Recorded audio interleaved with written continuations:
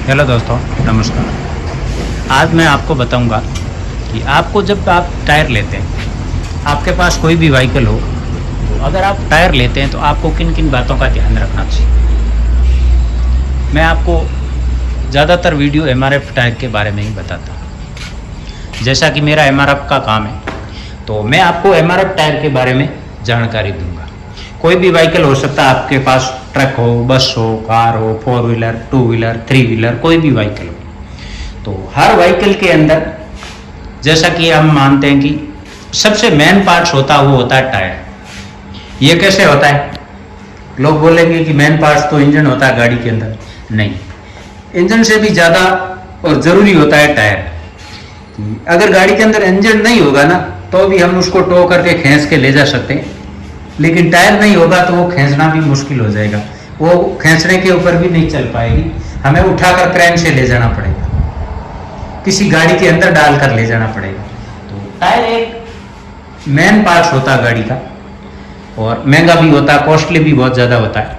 तो जब कभी भी आप टायर लें, टायर के बारे में आपको ध्यान होना चाहिए, थोड़ा आपको नॉलेज होना चाहिए। तो आप किन किन बातों का ध्यान रख सकते हैं जब टायर आप लेते हैं, टायर को चलाते हैं, टायर की वारंटी पॉलिसी क्या होती है, टायर का प्राइस क्या है, ये सब बातों के ऊपर में बात करेंगे। सबसे पहले हम बात ले लेते हैं कि आप टायर कौन सा लें। जैसे मान लेते हैं आपके पास ट्रक है, तो आप बोलेंगे कि ट्रक है तो ट्रक का टायर लेंगे। नहीं, आप एक बात सबसे मेन चीज़ ये ध्यान रखें कि जैसे आपके पास, उदाहरण के तौर पर हम सबसे पहले मान लेते हैं कि आपके पास ट्रक है, तो आपको ट्रक का टायर कौन सा लेना चाहिए। उससे मेन डिपेंड इसके ऊपर करता है कि आप ट्रक कहाँ पर चलाते हैं। आपका ट्रक एक तो लॉन्ग ड्राइव पे चलता है, किसी का ट्रक शॉर्ट चलता है, कम दूरी में चलता है, कोई ऑफ रोड ज़्यादा चलता है, किसी का माइंस के अंदर ज़्यादा चलता है, किसी का ऑन रोड ज़्यादा चलता है, और कोई अंडर लोड चलता है तो कोई ओवरलोड चलता है। तो सभी के लिए अलग अलग टायर होता है। अगर आप ओवरलोड चलते हैं तो आपको अंडरलोड का टायर नहीं लेना चाहिए, क्योंकि वो नहीं चलेगा। और अगर आप अंडरलोड चलते हैं तो आपको ओवरलोड का टायर नहीं लेना चाहिए, क्योंकि आपका फालतू में पैसा लगेगा और वही किलोमीटर निकालेगा। तो जब कभी भी आप टायर लें तो इस बात का आप जरूर ध्यान रखें कि आप अंडरलोड चल रहे हैं, ओवरलोड चल रहे हैं। अगर आपका दूरी ज़्यादा है या माइंस का एरिया है, तो आप वहाँ पर नायलॉन टायर लें। रेडियल टायर माइंस के अंदर सक्सेस कम होता है, कुछ भी लगने का डर रहता है। तो अगर आप ऑफ रोड चलते हैं तो ऑफ रोड के लिए अलग टायर आता है, ऑन रोड के लिए अलग टायर आता है। अगर आप नायलॉन के अंदर जाएंगे तो वहाँ आपको अलग टायर मिलेगा। रेडियल के अंदर आपको अंडरलोड, ओवरलोड सब तरह का अलग अलग टायर मिलेगा। तो उसके बाद जैसे हम बात कर लेते हैं दूसरे व्हीकल 4 व्हीलर की। तो 4 व्हीलर के अंदर आप क्या करें, जो कंपनी ने गाड़ी के अंदर टायर दिया है, आप कोशिश करें कि वही टायर डाल दें। कुछ लोग क्या करते हैं, ऐसे बहुत सारे कस्टमर वो भी आते हैं, वो लोग क्या करते हैं, जो भी गाड़ी के अंदर टायर दिया है उसके बदले में बोलते हैं कि इससे सस्ता भी कोई टायर आता है, कम पैसे का कोई टायर आता है, वहाँ वो शॉपकीपर कम में के अंदर दे रहा है, कम प्राइस में दे रहा है। तो उस चक्कर के अंदर लोग क्या करते हैं, अदर साइज डालते थे। जैसे हम अंदाज लगाते थे, एक मैं आपको उदाहरण के तौर पर बताता हूँ। जैसे किसी टायर, गाड़ी के अंदर टायर लगा हुआ है, जैसे 85, 70, 14 गाड़ी के अंदर मान लेते हैं, उदाहरण के तौर पर टायर लगा है, तो कुछ लोग क्या करते हैं, इसकी जगह 65, 70, 14 लगा लेते हैं। अब 65, 70, 14 और 85, 70, 14 के अंदर रेट का बहुत ज्यादा डिफरेंट रहता है, और कम पैसे के चक्कर के अंदर वो अलग से टायर लगा लेते हैं। तो आप ऐसा बिल्कुल भी नहीं करें, क्योंकि अगर जो कंपनी ने गाड़ी दिया है उसके अंदर जो 7 का टायर है वो कंपनी ने सोच समझ कर लगाया हुआ है, गाड़ी की वेट के हिसाब से, गाड़ी की स्पीड के हिसाब से। 5 सीटर है या 7 सीटर है, वो अलग अलग हिसाब से देती है कंपनी।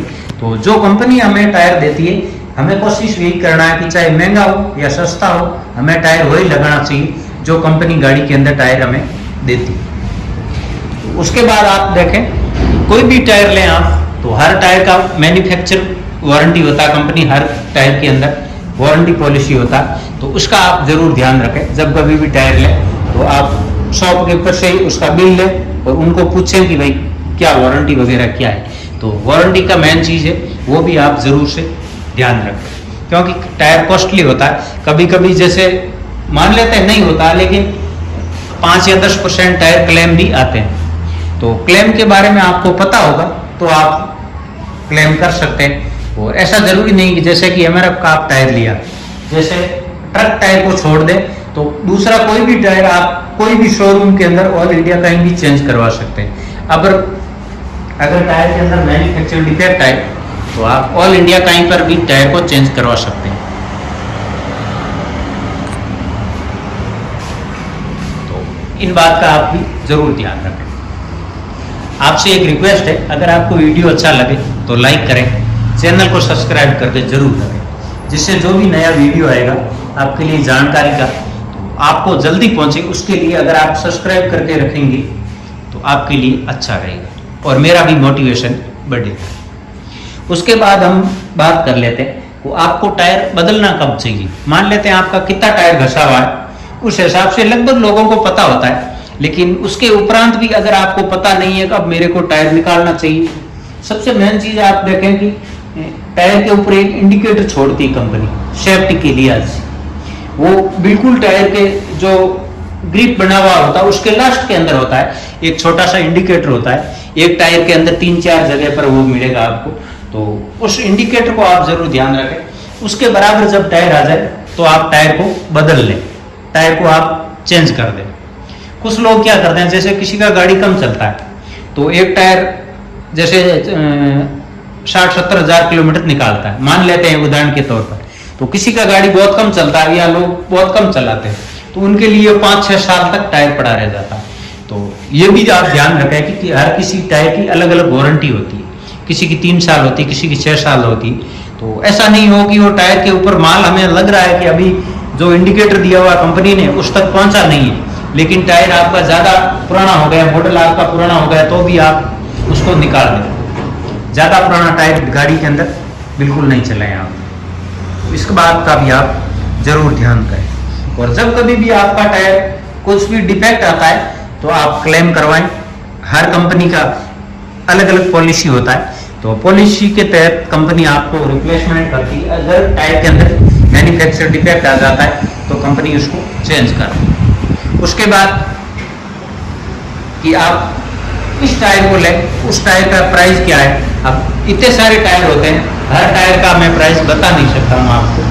कारण है कि बहुत सारी गाड़ियां हैं, हर गाड़ी के अंदर अलग अलग टायर लगते हैं और एक गाड़ी के अंदर लगभग आपको मॉडल मिल जाएंगे, 5-7 मॉडल मिल जाएंगे।